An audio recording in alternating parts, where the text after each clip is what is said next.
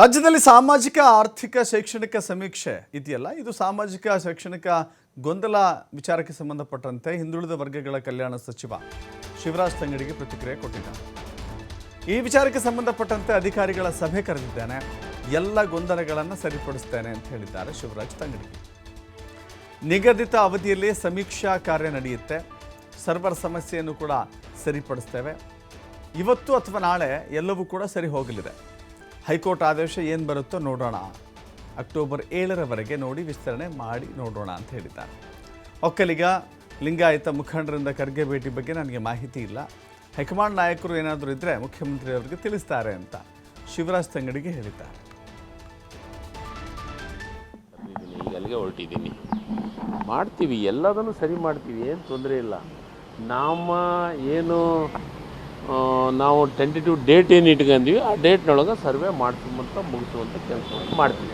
ಸಣ್ಣ ನಮಗೆ ಎಷ್ಟು ಇವತ್ತಿನವರೆಗಿನ ಎಷ್ಟಾಗಿದೆ ಏನಾಗಿದೆ ಅಂತ ಅಂಕಿಅಂಶಗಳನ್ನು ಇಲಾಖೆಯ ಅಧಿಕಾರಿಗಳ ಜೊತೆಗೆ ಮಾತಾಡಿದ ಮೇಲೆ ನಿಮಗೆ ಬೇಕಂದ್ರೆ ನಾನು ಮಾಹಿತಿಯನ್ನು ಕೊಡುವಂಥ ಕೆಲಸವನ್ನು ಮಾಡ್ತೀನಿ.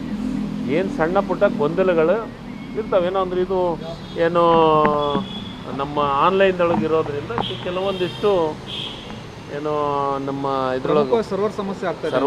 ಸರ್ವರ್ಸ್ ಆ ಸಮಸ್ಯೆ ನಾನು ಇವತ್ತು ಮಾಧ್ಯಮದೊಳಗೆ ನೋಡಿದ್ದೀನಿ. ಸಮಸ್ಯೆ ಇದೆ, ಅಂಥ ಸಮಸ್ಯೆಗಳನ್ನು ಸರಿ ಮಾಡೋಂಥ ಕೆಲಸ ಆಗುತ್ತೆ. ಯಾವುದೇ ಕಾರಣಕ್ಕೂ ಸರ್ವೆ ಇವತ್ತು ಅಥವಾ ನಾಳೆ ಅನ್ನೋದ್ರಾಗೆ ಎಲ್ಲ ಅಪ್ಡೇಟ್ ಆಗುತ್ತೆ. ಇವತ್ತು ನನಗಿದ್ದ ಮಾಹಿತಿ ಇವತ್ತು ಸಾಯಂಕಾಲ ಅನ್ನೋದ್ರಾಗೆ ಎಲ್ಲ ಅಪ್ಡೇಟ್ ಆಗುತ್ತೆ.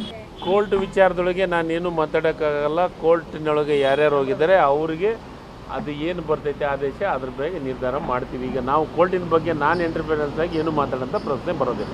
ಏನು ಆದೇಶ ಬರಲಾರ್ದ ನಾನೆಲ್ಲ ಅಡ್ವಾನ್ಸ್ ಆಗಿ ನಾನು ಕೋರ್ಟ್ನಾಗ ಹಿಂಗೆ ಆಗುತ್ತೆ ಅಂತ ನಾನೇ ಕೇಳಿ ಬರಲಿ. ಅವ್ರಿಗೆ ಇದು ನೋಡಿ, ಕಾನೂನನ್ನು ಪಾಲನೆ ಮಾಡೋದು ನಮ್ಮ ಕರ್ತವ್ಯ. ಹಾಗಾಗಿ ಅದು ಬರಲಿ. ನಾನು ಅದ್ರ ಬಗ್ಗೆ ಈಗ ಸದ್ಯ ಏನು ಮಾತಾಡೋಕ್ಕಾಗಲ್ಲ.